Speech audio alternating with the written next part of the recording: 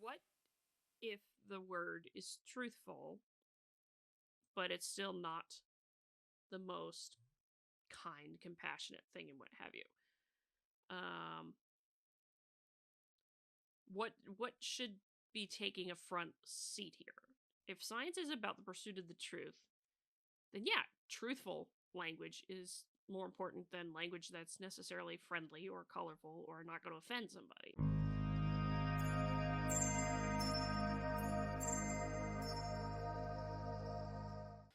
So I've seen a few folks commenting on this Scientific American piece and got around to reading it myself, which, again, Scientific American,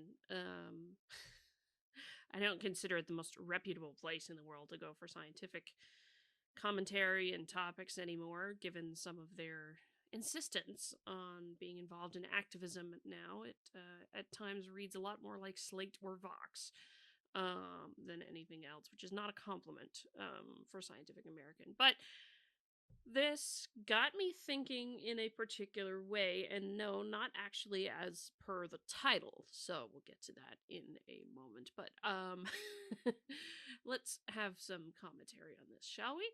From Scientific American, it's an opinion article. The language of astronomy is needlessly violent and inaccurate. Astronomy is beautiful and elegant. The language you use to describe its processes is anything but.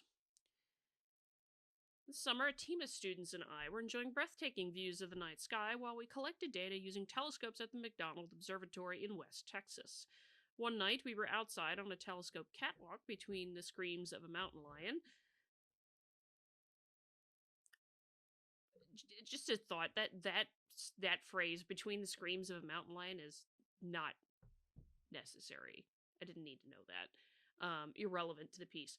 One of my students amazed me with her interpretation of the fate of Andromeda, the galaxy closest to our Milky Way. In describing how these two galaxies will merge in a few billion years, from now, she said they will experience a giant galactic hug. The kindness, but also the accuracy, of the language my student used was in sharp contrast to the standard description we use in astronomy to explain the final destiny of Andromeda and the Milky Way, a collision. But as astronomers have predicted, when Andromeda and Milky Way finally meet, their stars will intertwine and create a larger cosmic structure, a process that is more creating than destroying, which is what we envision when we use the term collision. A galactic hug is scientifically truthful, and it's led me to believe that astronomers should reconsider the language we use. By the same token, a hug involves having arms. Galaxies don't have arms. In any stretch or any imagination that I can think of. So, I mean, merge is a better word because that is creating, if you really absolutely have to have a better word. But I'm fine with collision with this because collision is an accurate thing. They're going to run into each other. Now, of course, it's not collision in the same vein of like car collision, where there is some amount of destruction for sure. And I suspect when ultimately those two galaxies collide, it's not necessarily going to be entirely all good things. Thankfully, it'll never be in my lifetime. But I don't think a galactic hug is accurate either, because galaxies don't have arms. And if you're going by the same token of collision is negative, because we think of car collision or something like that, where things are destroyed and broken apart and all those kinds of things, then if you're going by that same token, then hug is not necessarily great either, because when we typically think of a hug, when you're talking about reasonable person in the public, you have talking about person with arms, wrapping arms around someone. That actually doesn't quite fit. Merge might be the best kind of neutral word if you're really intent upon changing all the language. For instance, in galaxy evolution, we invoke strikingly similar imagery, strikingly similar to what you would expect if you were eavesdropping on Hannibal Lecter, words like cannibalism, harassment, starvation, strangulation, stripping, or suffocation. There is a rather long list of foul analogies that have entered and are now entrenched in the lexicon of professional astronomy. We've grown accustomed to this violent language as a community. We seldom question or reflect on its use. Okay, yeah, that sounds pretty nasty for sure. I would not deny that. Strangulation is a particularly cringeworthy term in astronomy, referring to the decline in the number of stars born in some types of galaxies. This is a vicious crime. Hold on a second. It is a vicious crime. Yes, strangulation is a vicious crime. But it refers to the decline in astronomy. It refers to the decline of number of stars born in some types of galaxies. Okay. This is actually where I want to get to a particular point that folks need to understand. It's an issue for sure when you're talking about language, and also in terms of communication and discussion with media. And here's the reason why I say this. James Lindsay, I believe, once said, and he was talking about other things related to political related matters in particular, but it is very true of other things also, in that what he said was we share the same vocabulary, but not necessarily the same dictionary. Applied in this context, yes, I mean, if you hadn't told me what is meant here, if you hadn't told me the astronomical definition of the word strangulation here, I would have presumed you're like, I would have looked at it a little cross-eyed myself. Not the same dictionary. What does that mean? We do have an unfortunate thing that different disciplines, over time, for whatever reason, how they developed, have the same words, but have different meanings for those words. Now, this is a particular challenge when you're talking about communication. And if you go back to like the Sci Chat Saturday with Kieran on the issues of studies say shit, this is this is one of the issues where communication becomes an issue, right? Because I'm sure for someone in news business, regular news business, who doesn't cover science journalism, probably certainly doesn't cover astronomy, they would think of the latter, the vicious crime, rather than the decline in the number of stars born in some types of galaxies when you're talking about the word strangulation. But this is a question of how we navigate it here, because in this kind of framing here with it, when you're talking about the definition of the word in astronomy, that is not vicious. But when you're talking about just general public definition of strangulation, yeah, that's kind of vicious. That's viciously negative and nasty. And so it is a fair question, I think, to ask.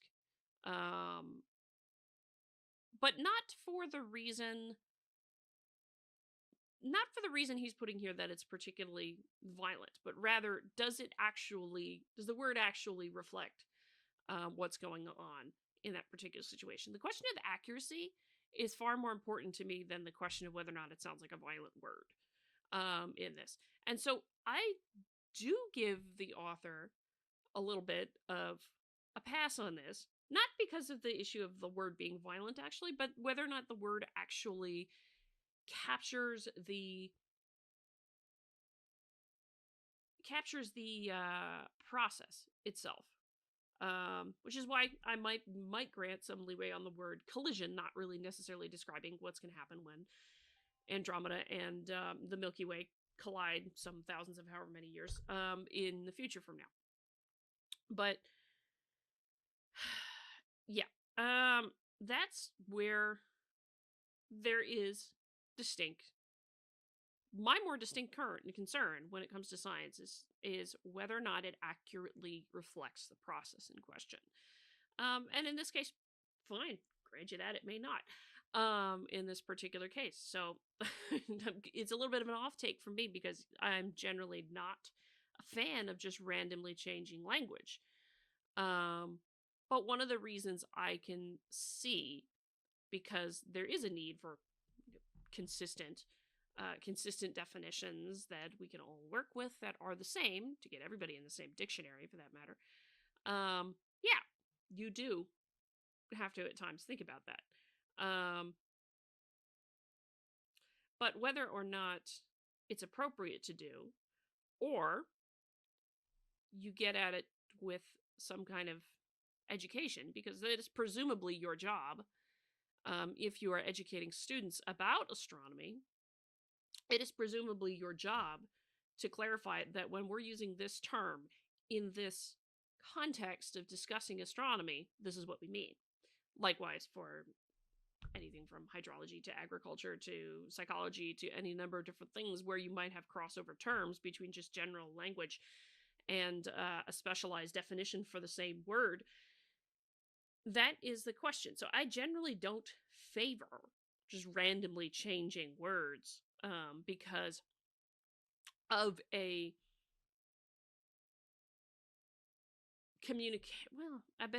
the best way I can put it is a communication challenge. I'm not a huge fan of that, and frankly, this doesn't necessarily help with anything in science to get into these kinds of arguments. But rather, you can talk to the public about, hey, when we use this word this way, we mean it like this. It doesn't mean what is common in the popular lexicon in this case. So, but I do give a pass to the idea of whether or not a word accurately reflects a process. And that's different.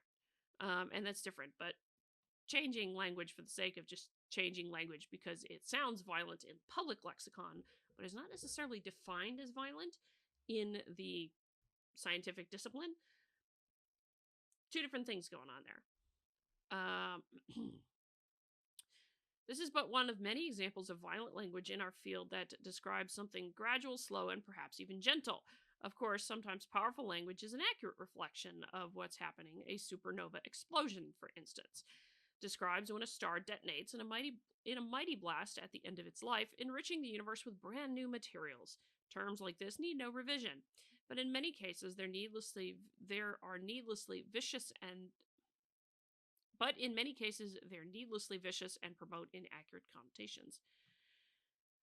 Yes, this kind of thing. To shift toward more welcoming and truthful language in astronomy, scientific journals can push to change the currently accepted language.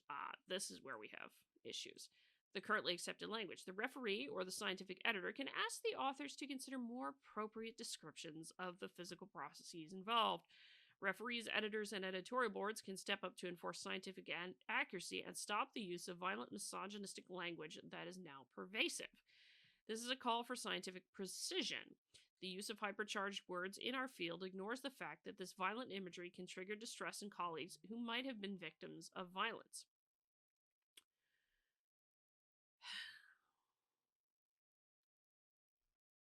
What if the word is truthful, but it's still not the most kind, compassionate thing and what have you? What should be taking a front seat here? If science is about the pursuit of the truth, then yeah, truthful language is more important than language that's necessarily friendly or colorful or not going to offend somebody at this point. But we'll see there. As authors, we are responsible for the language that we use when we write our papers. We can make a conscious choice to use more factual language. See, the thing about this that I don't like is he's saying factual language when he's referring to what kind of tone it evokes rather than whether or not it's truthful. That's a framing that I dislike in here, actually, very much so. He's not wrong. There's some words in here that could change, and I actually think that this particular kind of thing here is strangulation is not an appropriate word for that. I actually don't disagree with him on that front. But to say this is factual language when you're talking about something that evokes a tone, whether or not it's truthful, takes a back seat. So this is a false framing to me. We often ask colleagues to proofread our papers and look for typos or glaring mistakes. We can engage a reader with different sensitivities, a different gender or ethnicity, and ask for feedback on the terms that we use. This type of conscious engagement with colleagues with different backgrounds can only be beneficial. Now, I disagree here in one sense. and only one sense, because I do think you should have lots of reviewers on papers. That's not the issue. What if it results in colleagues using so many very different terms to mean the same thing that you have no dictionary at all to work with? Or you have a vocabulary that's so muddled you can't figure out who's saying what. That is the problem you may end up with, is that you do not have an agreement of terms that results. And that's actually just as much of a concern here when you're talking about science in a particular discipline where the language does have to be consistent and agreed upon definitions for there to be communication and work across the discipline. And then it becomes an even more of a challenge when you're talking about cross-disciplinary research or interdisciplinary research, where you might have two groups with the same word being used to define two very different things. That's a bridge you have to figure out how to divide. That's for another day. But not figure how to divide, figure out how to cross. Sorry. How do you bridge that divide? There we go. But I don't necessarily think that just asking everybody, hey, what do you think of this term, this term, this term? You may end up with 20 or 30 different terms to mean the same thing. That's more of a concern. Not the different people who are reading it, but are you still going to end up with a consistent language at the end to work with? That's a particular problem. As astronomers, we must strive to create a more inclusive and diverse community that reflects the composition of our society. If astronomy as a discipline is a scientific discipline, then its goal is the pursuit of the truth with respect to astronomy. We must listen to the new generation of astronomers. My students showed me that while some astronomical processes can be intense, the universe revealed through astronomy provides us with the most fascinating insights known to humankind. Like many other young scientists, she thinks that when we explain astronomical phenomena with words and phrases that share our excitement and appreciation, it also encourages others to join in and wonder what else we can discover together. The universe is beautiful, elegant, and ever-changing. Astronomy would be wise to follow its lead. I mean, yes and no, with that one. Yes and no. So, to sum up my own thoughts with this, I do not disagree with the idea that at some point, at some time, certain terms need revision. And I think there's some particular things pointed out there that could be adjusted. But my more question with that is it inclusive? No, not is it inclusive? That's not the right word. Is it truthful? And truthful and welcoming don't necessarily always agree with each other. For example, the thing with calling the collision of the Andromeda and the Milky Way a hug is not accurate.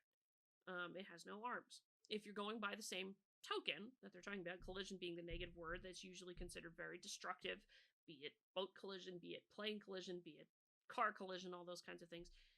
If we take it and put it in that sort of general lexicon, then a reasonable person would presume a hug, and well, you generally speaking have to have arms to have a hug happen. And so Andromeda and the Milky Way don't have arms.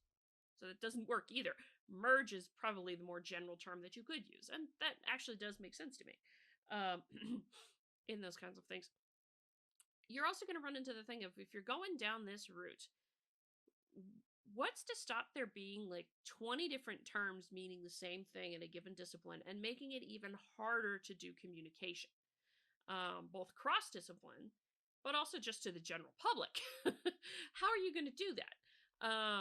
And at a time where trust in scientists has generally fallen over the last 7-8 years now, then it's kind of important to consider that with those kinds of things. And also, what is the criteria for which we should be changing language of anything, changing the words used in a discipline? I think it is fair when a word is not factual. I do not believe it is fair when a word is going to cause somebody offense. You can't possibly know who's going to read a word and actually be potentially offended by it. You can't possibly know that. You put things out into the public sphere with papers and presentations and what have you. You can't know who's going to be offended by what.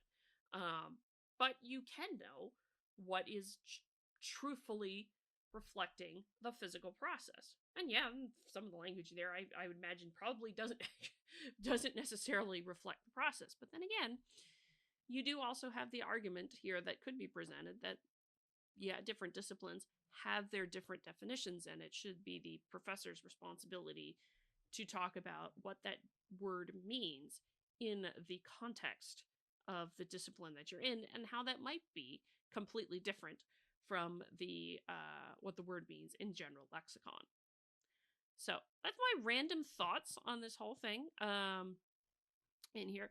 And yes, definitely some violent language in astronomy, as I've learned now, if you consider it from the general lexicon of the word, a general lexicon definition of the word, if you will, rather than what it might be in a given discipline. But anyway, let me know what you think. Hit the like button on the way out the door, comment on the video, share the video, subscribe to the channel, all that lovely good jazz. Until next time, I'm Adrian. May you stay curious, everybody.